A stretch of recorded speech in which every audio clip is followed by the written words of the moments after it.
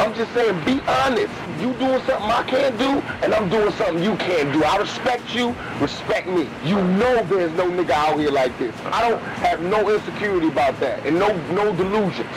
I'm the future of Black America.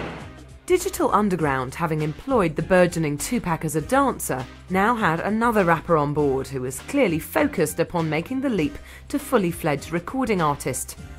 He began by adding his rap skills to the track Same Song, which appeared on the plainly entitled This Is an EP release, as well as featuring on the long player Sons of the P.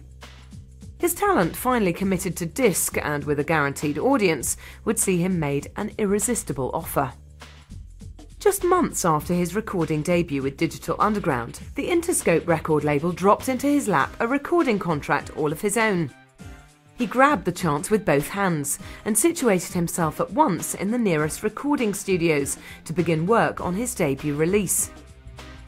When the final product emerged in November 1991, it caught the US music press unawares, being as it was a much looser sounding work than the product of Digital Underground, as well as containing that vital ingredient, a huge portion of attitude.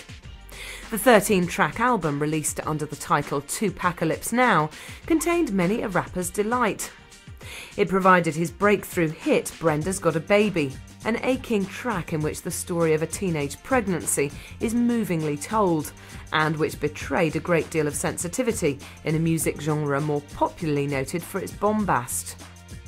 As well as spawning a further hit single in Trapped, the album sold comfortably enough to bring a smile to the lips of his new paymasters. Smiles were not the order of the day elsewhere, however, as Tupac, and specifically his debut record, was soon called into question in the courtrooms of America, and, incredibly, in Congress.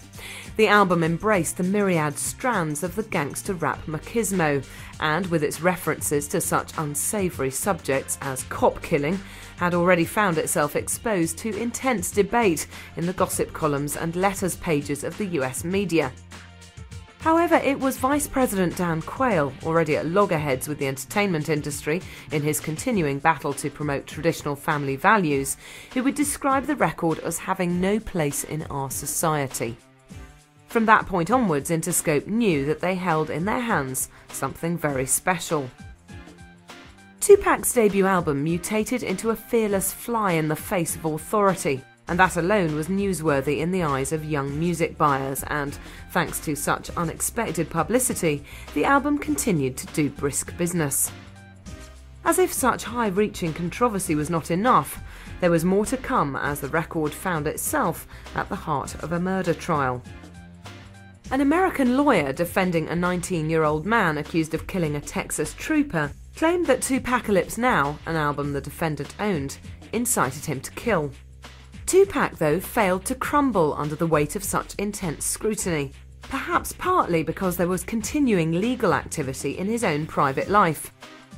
Back in California, he was arrested for jaywalking and subsequently filed a $10 million lawsuit against Oakland police for alleged police brutality. Although the case was taken a little further, the incident served to underline that Tupac was not only gaining notoriety as a result of his newly established commercial viability, but he was also developing an unwelcome reputation for aggressive nonconformity. Crucially at this point, America's rap scene was being divided into opposing factions, East Coast versus West Coast, and such attitude was a prerequisite for membership of either gang. Tupac incidentally falling on the west side of the fence. His career, however, remained defiantly unaffected by the activities that swirled incessantly around him.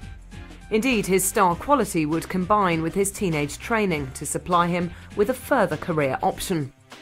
He was about to be offered the chance to make the crossover from recording artist to movie star.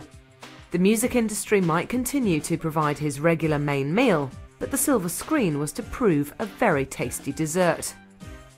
His debut album was consolidating in the face of voluble congressional concern. His celebrity status had increased tenfold, and he was about to see his name on cinema screens throughout the land.